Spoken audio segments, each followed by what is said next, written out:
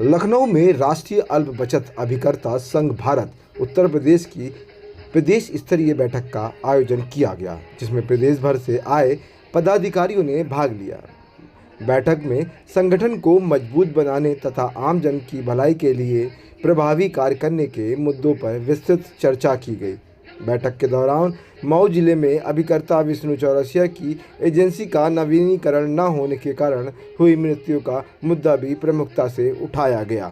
वहीं पत्रकारों से बात करते हुए संगठन के अध्यक्ष करुणाकर त्रिपाठी ने सरकार से मांग की कि मऊ जिले के बचत अधिकारी शैलेंद्र कुमार के खिलाफ हत्या का मुकदमा दर्ज करे, उन्हें तत्काल बर्खास्त किया जाए। संगठन की ओर से चेतावनी भी दी, यदि पीड़ित परिवार को न्याय नहीं मिला तो देश भर के अभिकर्ता विधानसभा का घेराव करेंगे।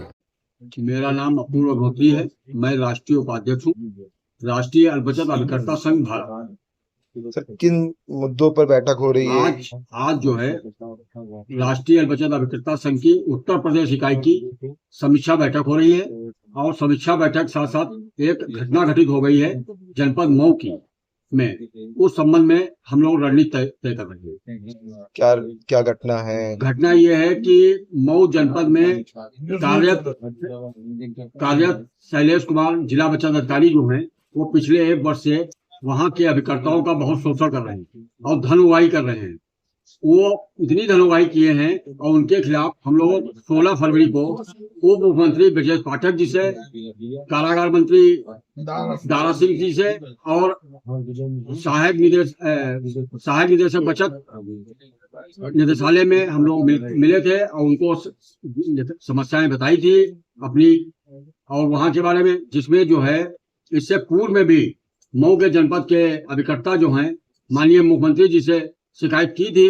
उनकी शिकायत पर वहां जांच बैठा ली गई थी। 5 महीने से वो जांच जो है पेंडिंग पड़ी हुई है। गोंडा के अपर निदेशक राष्ट्रीय बचत जो हैं उसके जांच अधिकारी हैं, उन्होंने अभी तक जांच नहीं दी और इसमें अभी वो उसकी शैलेश कुमार जी ने एजेंसी निरस्त कर दी थी, जिससे कि भुखमरी के कगार पर आने की वजह से उसने अपनी जान को समाप्त कर लिया है।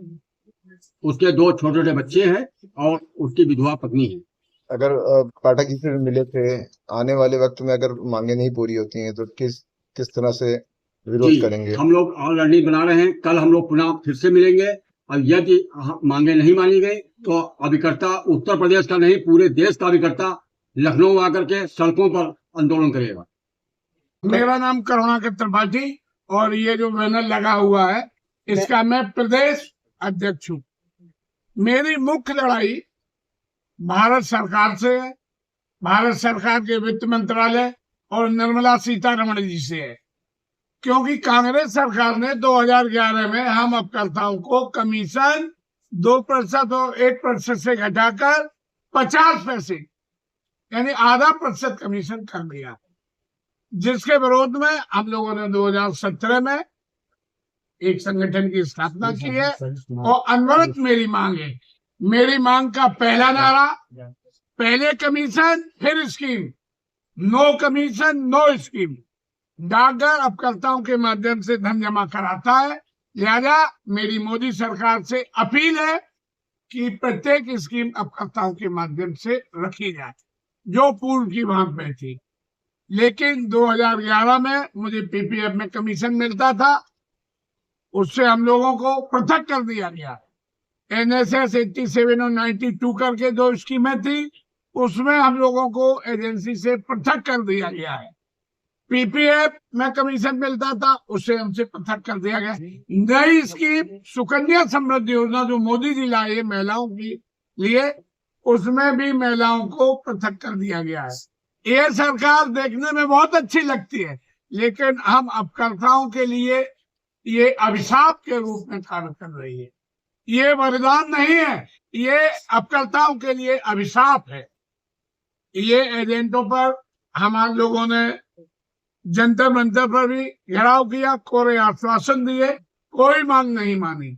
मेरी मांगों के संबंध में वित्त मंत्री निर्मला सीतारमण से भी बैठकें हो चुकी हैं, उन्होंने भी कहा कि विचार करेंगे, लेकिन आज तक कहीं भी एजेंटों के में कोई कार्य। आगे की क्या रणनीति रहेगी? आगे की रणनीति ये रहेगी कि जैसे हमने 14 में कांग्रेस को उखाड़ के मोदी को लाए हैं, अगर इन्होंने मेरी मांगों पर, मेरे भेजे हुए ज्ञापनों पर विचार नहीं किया तो आने वाले चुनाव में हम इस सरकार का भी विरोध करेंगे। वैसे मेरा संगठन आरएसएस की भांति देशभक्ति से ओतप्रोत जनमानस में बचत की भावना प्रेरित करते हुए जो हम लोग धन जमा कराते हैं वो भारत सरकार और उत्तर प्रदेश सरकार के विकास के कार्यों में लगता है। इसी तरीके से अन्य राज्यों में भी जो धन जमा कराया जाता है उसका 75% उस राज्य की सरकार जमा खर्च करती है, 25% भारत सरकार और 75% प्रदेश की सरकारें खर्च करती है। तो प्रदेश सरकार कुछ हम लोगों को देती नहीं है और भारत सरकार हम लोगों को नई नई स्कीमें लॉन्च करके कमीशन से अलग कर रही है। मेरी श्री मोदी जी से ये अपील है कि वो अपकर्ताओं और महिला अपकर्ताओं के प्रति ध्यान रखते हुए प्रत्येक स्कीम को कमीशन से जोड़े।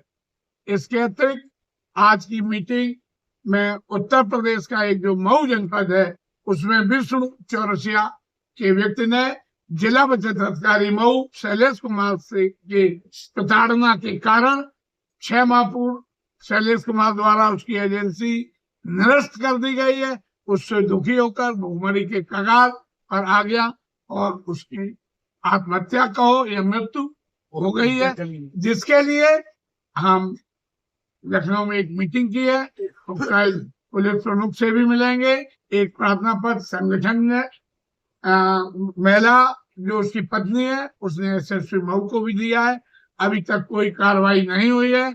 हम लोग जब तक कार्रवाई नहीं होगी शैलेश कुमार के खिलाफ विभिन्न धाराओं में मुकदमा पंजीकृत नहीं होगा, हम लोग तब तक बराबर लड़ाई लड़ते रहेंगे और आगे की रणनीति में समस्त अपकर्ता एक आंदोलन भी करेंगे। हम राधा दीक्षित प्रदेश उपाध्यक्ष जिला मैनपुरी से अभी हम लोगों की प्रदेश कार्यकारिणी की ये समीक्षा बैठक चल रही है जिसमें हम अभिकर्ताओं की इतनी बात रखी गई है। बाकी की एक मऊ जनपद में घटना हो गई थी जिसमें एक अभिकर्ता की मृत्यु भी हो गई है। उसके लिए सारी हम लोग की प्लानिंग चल रही है किस तरीके से उसको दंडित किया जाए। विरेंद्र कुमार पांडे, विष्णु कुमार चौरसिया जी एजेंसी 6 महीने पहले जून महीने में जिला बचत अधिकारी शैलेश कुमार के द्वारा निरस्त कर दी गई, जिसके लिए वो भाग दौड़ करते रहे बार बार डीएम के एप्लीकेशन उच्च अधिकारियों के यहाँ शासन में, लेकिन उनकी कोई सुनवाई नहीं हुई। अप्रैल में 1 अप्रैल को उनकी मृत्यु हो गई, जिसके लिए उनके 2 बच्चे हैं, 3 साल की लड़की है, 2 साल की लड़की है। इसके लिए हम लोग संघर्ष कर रहे हैं और शैलेश कुमार के ऊपर मुकदमा के लिए जिला अधिकारी के यहाँ दे दिया गया है। अभी तक मुकदमा नहीं हुआ है। हम लोग इसीलिए आज प्रदेश में बैठक कर रहे हैं, उनके तैयार हो और उस परिवार को न्याय मिले। अगर ऐसा नहीं होता है तो हम लोग मुख्यमंत्री के यहाँ चलेंगे, प्रदेश के साथ चलेंगे और ये उनके पे कार्रवाई